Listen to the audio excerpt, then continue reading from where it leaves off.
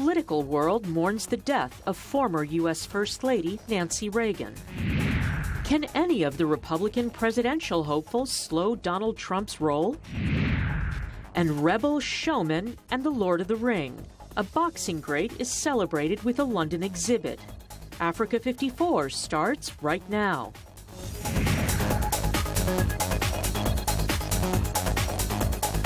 Good evening and welcome. I'm Vincent Makori. This is Africa 54.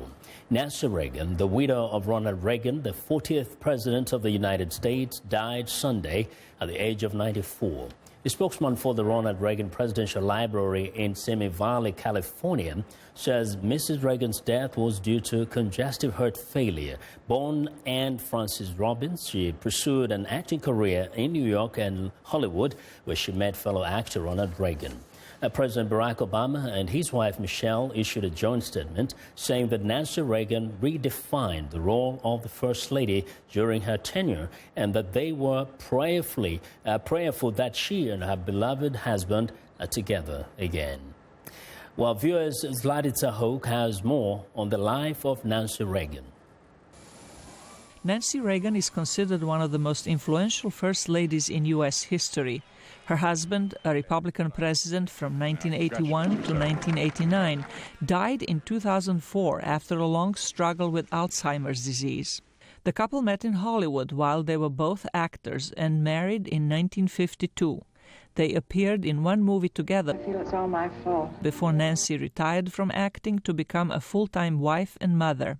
Her role would change again when her husband became California governor in 1967. As California's First Lady, Nancy Reagan became involved with the Foster Grandparents Program. Later, as the First Lady of the United States, she launched the Just Say No campaign aimed at curbing a growing drug problem among young Americans. What should you do when someone offers you drugs? But her husband was always the center of her life. Oh, my dear, our love is here to stay. After her husband developed Alzheimer's disease, she became an advocate for research toward a cure. The soft-spoken First Lady was praised for her elegance and poise, but also criticized for her strong will and what many saw as too much influence on her husband. Doing everything we can. Doing everything we can. After an assassination attempt on President Reagan, it was said that she hired an astrologer to plan his schedule. Nancy Reagan devoted her final years to caring for her ailing husband at their home in Los Angeles.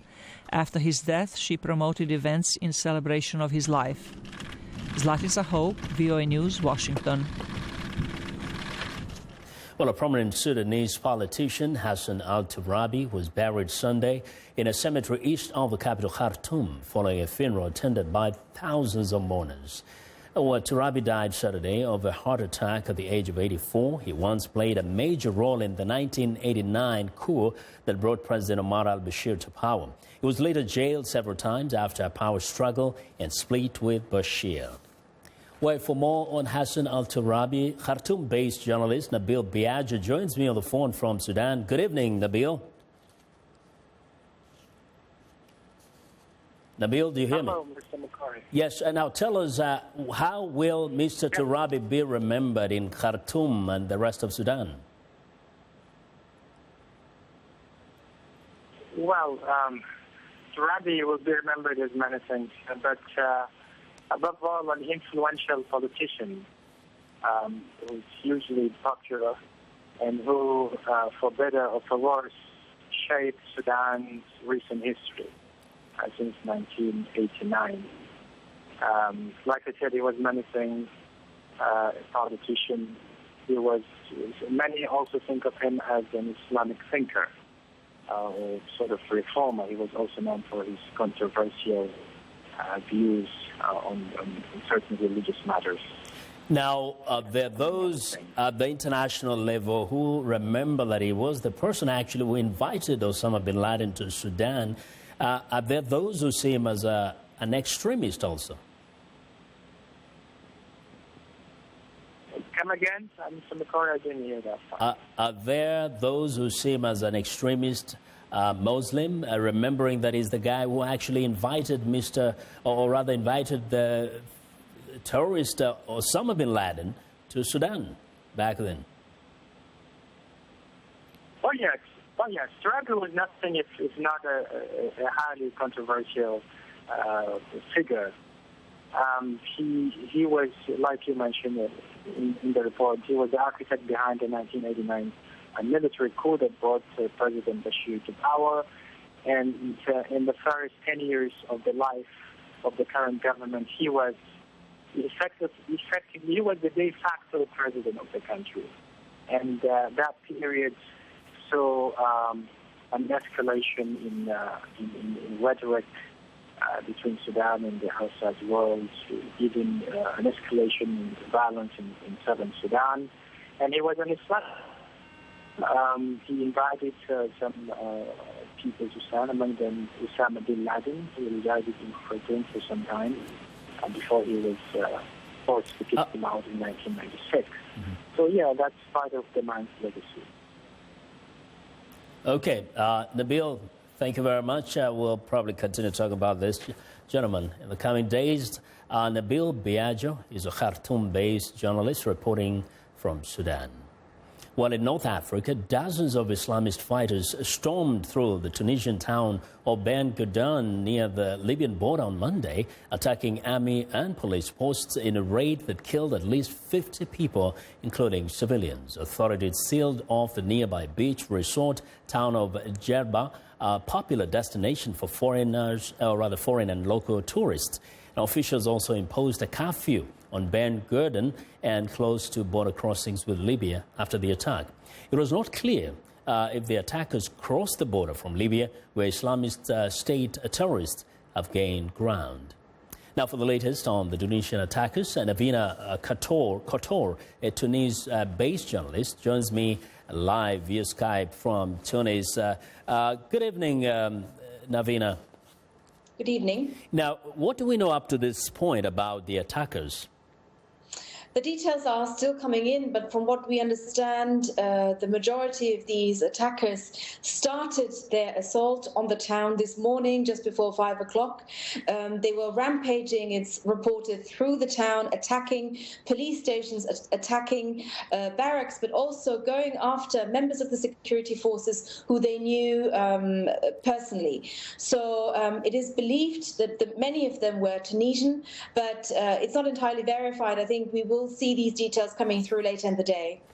Now, we've heard that the Tunisian authorities say up to 3,000 Tunisians have crossed the borders and gone to fight either in Syria or in Iraq with ISIS. Is there any evidence that some of them may have come back to attack the homeland?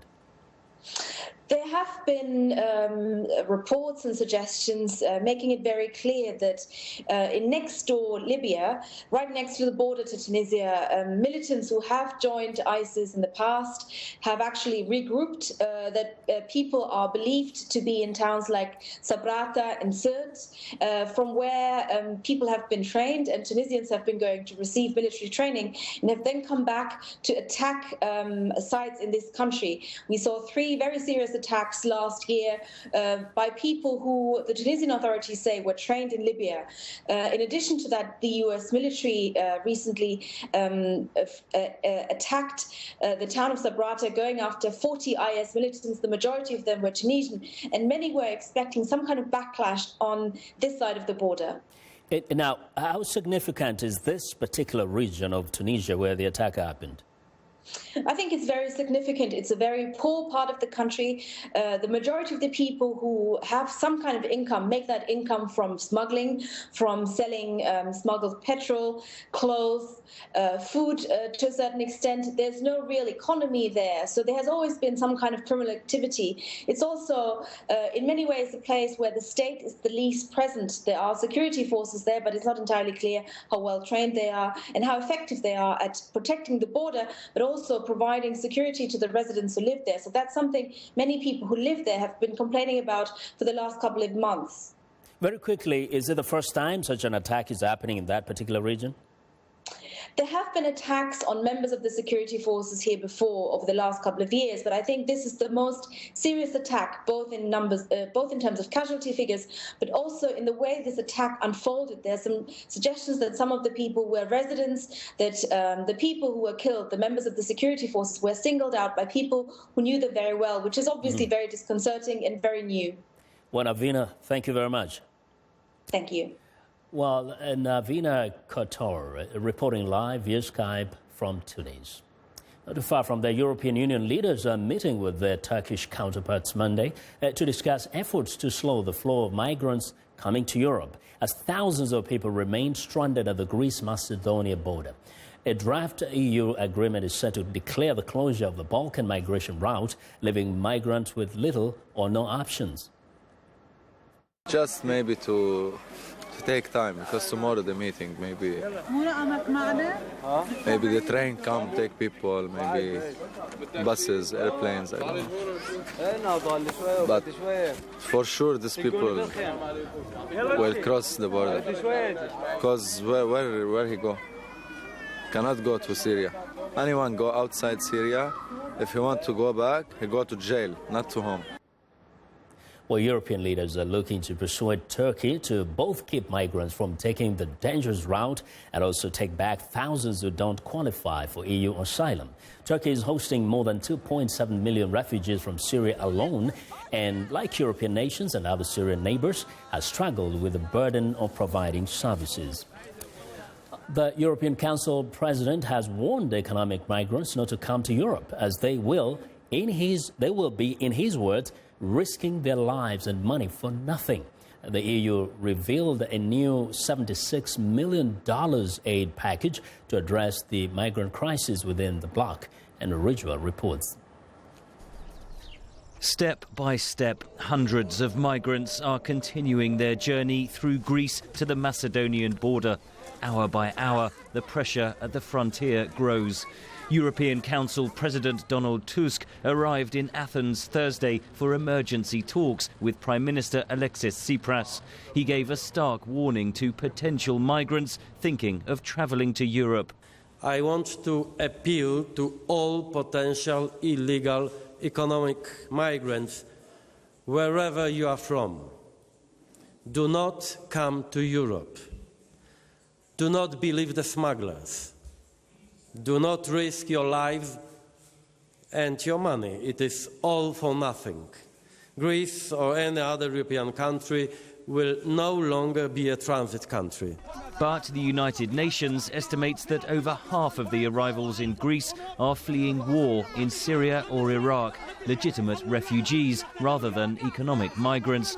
Greece is demanding that the rest of Europe share responsibility. We have such enormous numbers arriving in Greece every day that it's the sheer effort of trying to process those and to separate the legitimate refugees from those who are just economic migrants, which I think is really overwhelming the resources that Greece and its EU partners have been able to put into the problem at the moment. Tightened border controls across the Balkans and Austria have had a ripple effect all the way down to Greece. Only a few hundred refugees from Syria and Iraq are being allowed into Macedonia each day. I think certainly anger is building up. People are very restless with families, with children, with women, that they have been here for many days, and there doesn't seem to be a resolution to this. But that's our worry and our concern. Many Syrians say they have fled airstrikes carried out by government forces and their Russian allies. NATO's supreme commander in Europe, US General Philip Breedlove, has warned that Moscow is, in his words, weaponizing the refugee crisis. It is quite clear that Russia is exploiting the refugee crisis to divide Europe. A shaky ceasefire in Syria appears to be largely holding. Meeting Thursday, the leaders of France and Britain said they would pressure Moscow to end its attacks against Syrian civilians and the moderate opposition during a conference call with Russia's President Putin. Henry Ridgewell for VOA News, London. Just a little correction to the top of that story. The EU has revealed a new $766 million aid package to address the migrant crisis within the bloc. Now, I want to know what you think about Africa 54 and the stories we cover. Join the conversation on Facebook. The address is Africa54, and check out our headlines 24/7 on voaafrica.com. Find me on Twitter at VOA Vince Makori. Well, coming up, millions of Kenyans lack access to safe drinking water. I will explain what's being done about it. Stay with us.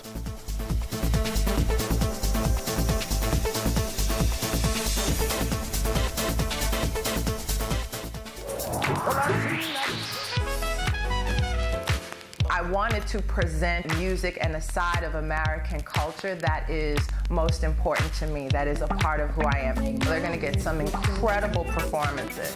That's one of the things I love, bringing these artists in so you can get to see them do what they do. It's soul music, and that's what music is. It's that which comes from the soul.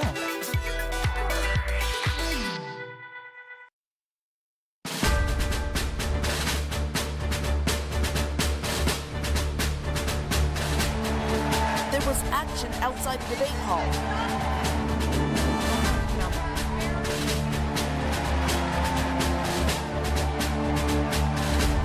Political season is about to change too. VOA News, Las Vegas.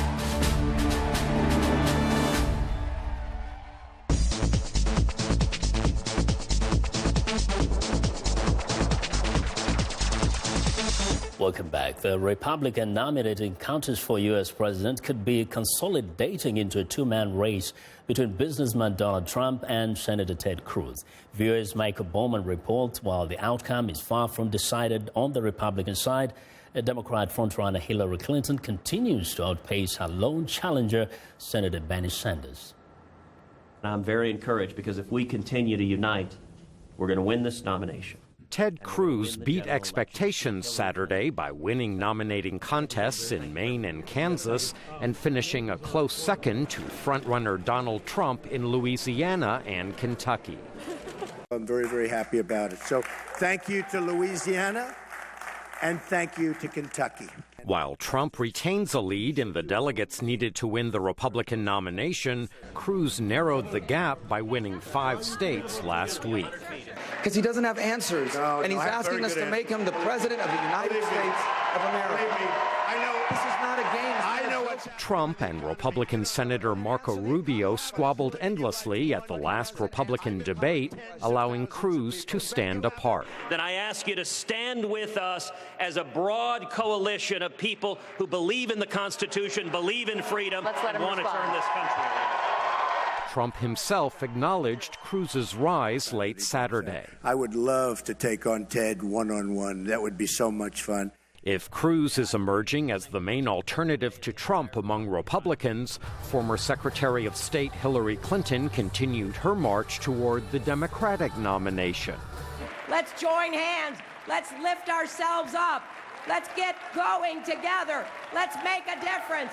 Let's build tomorrow. Clinton has won most primaries to date in larger delegate-rich states, but Bernie Sanders insists the race is not over. We have come a very, very long way, closing the gap nationally with Secretary Clinton. I'm very proud. But it is the Republican contest that is generating more headlines. Party elders have tried to thwart Trump. Here's what I know. Donald Trump is a phony, a fraud. While Trump has strayed from traditional presidential themes. Look at those hands. Are they small hands? The spectacle continues this week as 5 more states hold nominating contests Tuesday. Michael Bowman, VOA News, Washington.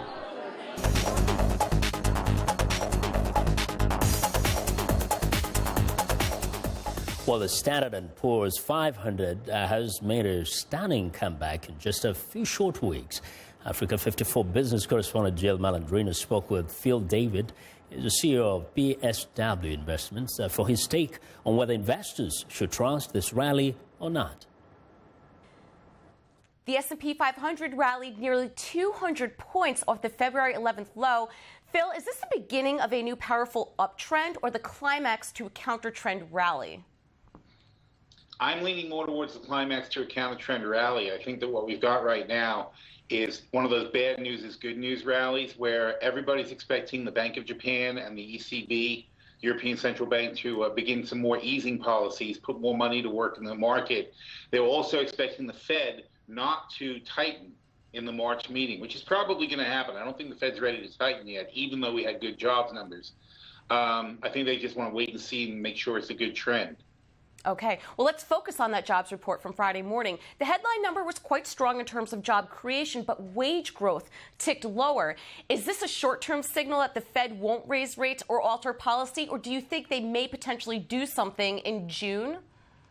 Well, there you go. That's an interesting point, because what the Fed is there to do is they're not there to fight inflation. When you think the Fed's fighting inflation, they don't give a damn about the cost of eggs or milk or anything else. They fight wage inflation. They're fighting for the corporations and the banks to make sure that your wages don't go up. That's the inflation the Fed is concerned about. Otherwise, businesses don't make enough money because the wages start eating into their margins. So even though we had a lot of jobs, it's a lot of cheap labor that went to work, and the Fed doesn't. That's fine. The Fed doesn't feel the need to put the brakes on that. So it's not something they want to put to try to stop it. Okay. All right. Thank you very much, Phil. For VOA News in New York, I'm Jill Malandrino.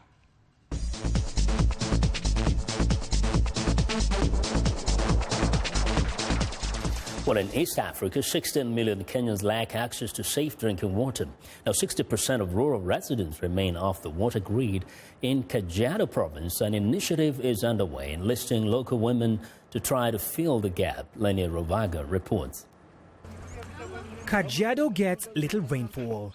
The Kenyan capital, Nairobi, is 125 miles away from Esther Kuma's homestead. The mother of 9 has to buy 10 jerry cans of water a day from local businessmen. Even then, she says, the water isn't always safe to drink. We have to go as far as 10 kilometers to reach water since there are no rivers around. That's why we're forced to buy water. When we hear of anyone selling water, we have no choice but to buy. Africa Aqua, in partnership with Coca-Cola and Water.org, have been setting up these eco centers around East Africa since 2014 to provide safe drinking water. The centers get water through boreholes. They use solar power and a purification technology called reverse osmosis.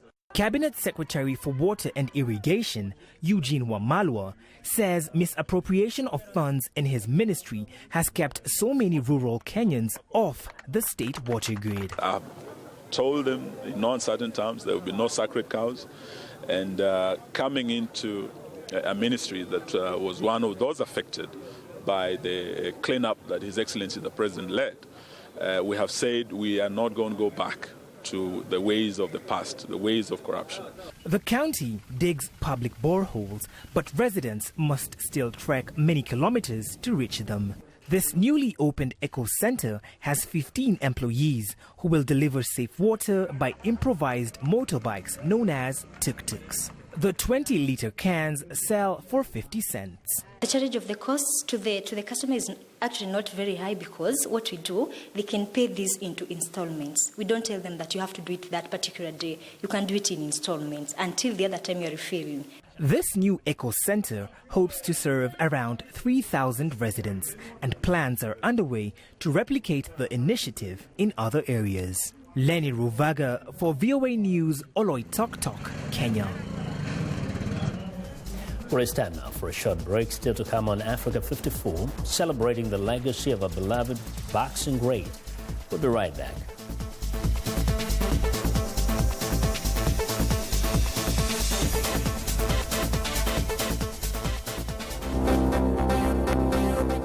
If you've just joined us, I'm Mariama Diallo, and here is a quick recap of today's headlines.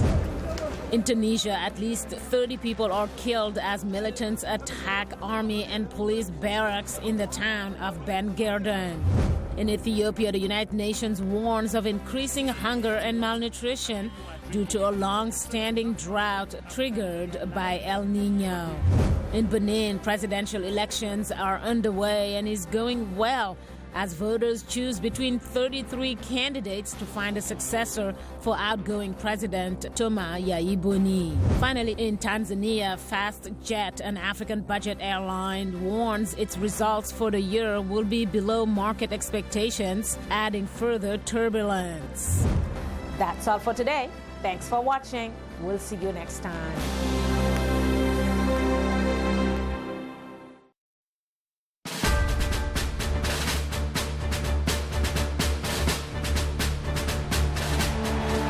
Was action outside the debate hall.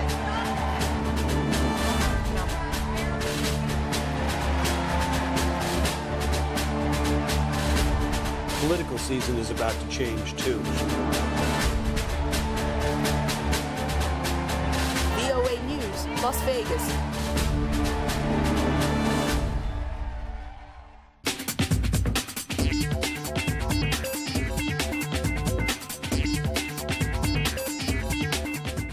Welcome back to Africa 54. Here's what's trending.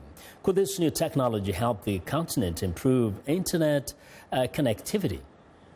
Well, Israeli startup Skyfi is looking to outflank Facebook and Google in a race to provide worldwide internet access by developing the first self-correcting antenna that can turn many satellites into powerful transmitters covering the globe. The two technology giants are working on ways to beam internet access from the sky to remote areas. Skyfi's founder says it will take an orbiting cluster of 60 shoebox-sized miniature satellites to provide full coverage of Earth.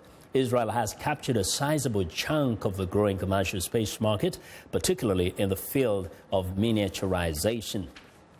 Well, next up, Chinese President Xi Jinping's policies and slogans are going viral in sleek animated videos with a mix of high-tempo rap and choir singing, a campaign designed by the world's largest propaganda organ, Xinhua News Agency, to reach out to both Chinese millennials and foreign audiences. The renewed effort comes as the Communist Party tightens the grip on online criticism and urges state media to loyally follow the official line. Immediately upon assuming power in 2012, the president instructed a top-level committee to find new innovative ways of promoting propaganda in the internet. Well, and finally, boxing legend Muhammad Ali is being honored in the I Am the Greatest exhibition at the O2 Arena in London. The exhibit includes more than 100 pieces of memorabilia, including Ali's World Championship belts and unseen archive footage of the boxer.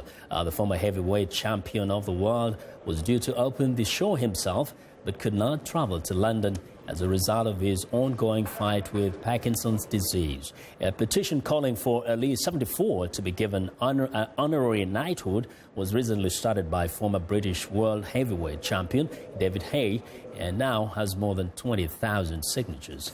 And that is what is trending today. And that's our show. Thanks. Have a good night.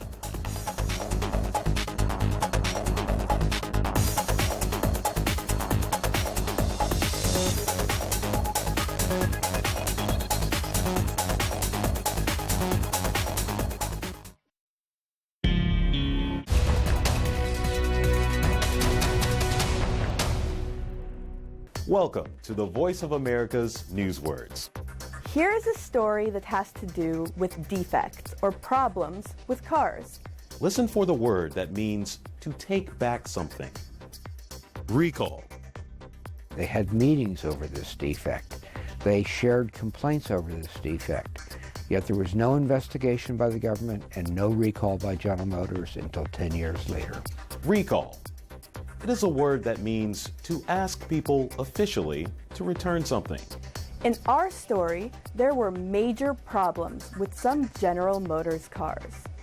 The man says the U.S. government and the car company took too long to issue a recall, so the cars could be fixed. Now, when you hear the word recall, your American English will be good enough to know what this news word means.